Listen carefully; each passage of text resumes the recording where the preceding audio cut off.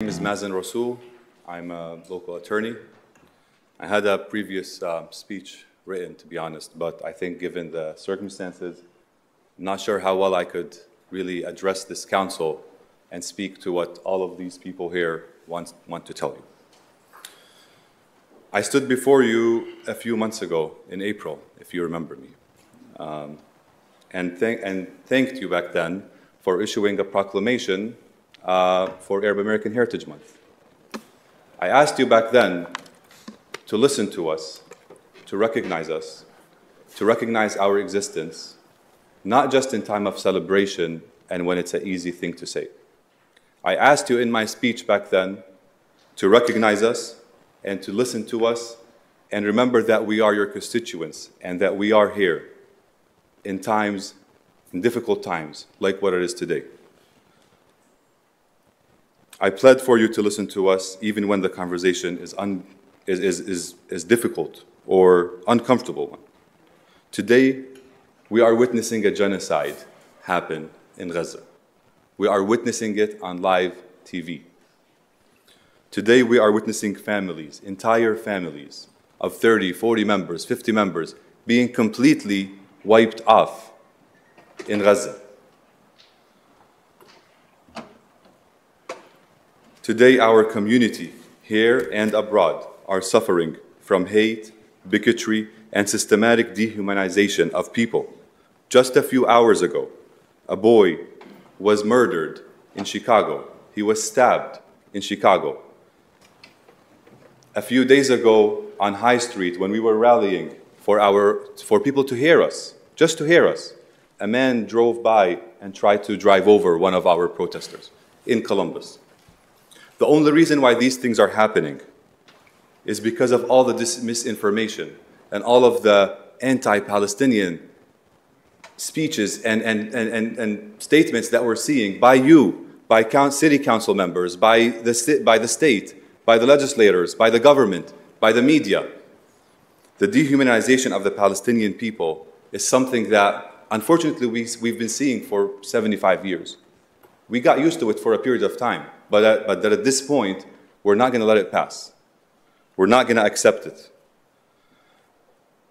Have you wondered what will be your position if you lived during the time of slavery? What will be your stance if you were alive during the civil rights movement? What will be your stance if you were alive during the Holocaust? If you were sitting in these seats while these things were happening around the world? What would have been your statement if you were sitting in this seat during apartheid in South Africa? Well, in my opinion, respectfully, based on what I've apartheid South Africa until the end, you will be in the same position. You're not correcting the wrong history. You're not correcting our wrong stances in the entire history of this country. The Palestinian situation is not complicated, and I beg you for just a few more seconds. Sure. It's not too complicated. It's a situation of, it's occupation, it's apartheid, it's ethnic cleansing. It's a situation of refugees who've been living in refugee camps for 75 years with no one even listening to them or caring about them. This cycle of violence that everyone is talking about today did not start 8 or 10 days ago. This started 75 years ago. 75 years of no one listening to these people, no one caring of their future. We were talking about 3 and 4 generations of Palestinians living in refugee camps in Gaza, in the West Bank, in Lebanon, in Syria. They're refugees for 75 years, and no one even thought of finding a solution for them. No one ever thought of giving them justice, of sending them home. The occupied people refuse to stay silent.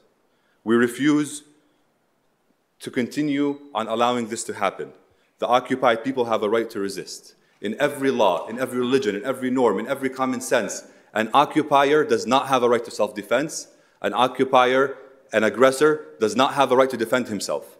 The occupied people, the victims, are the ones who hold the right to self-defense, and no matter what means they use, no matter if you agree or don't agree with the means of self-defense, they are under occupation, they are the victims, they have a right to defend themselves.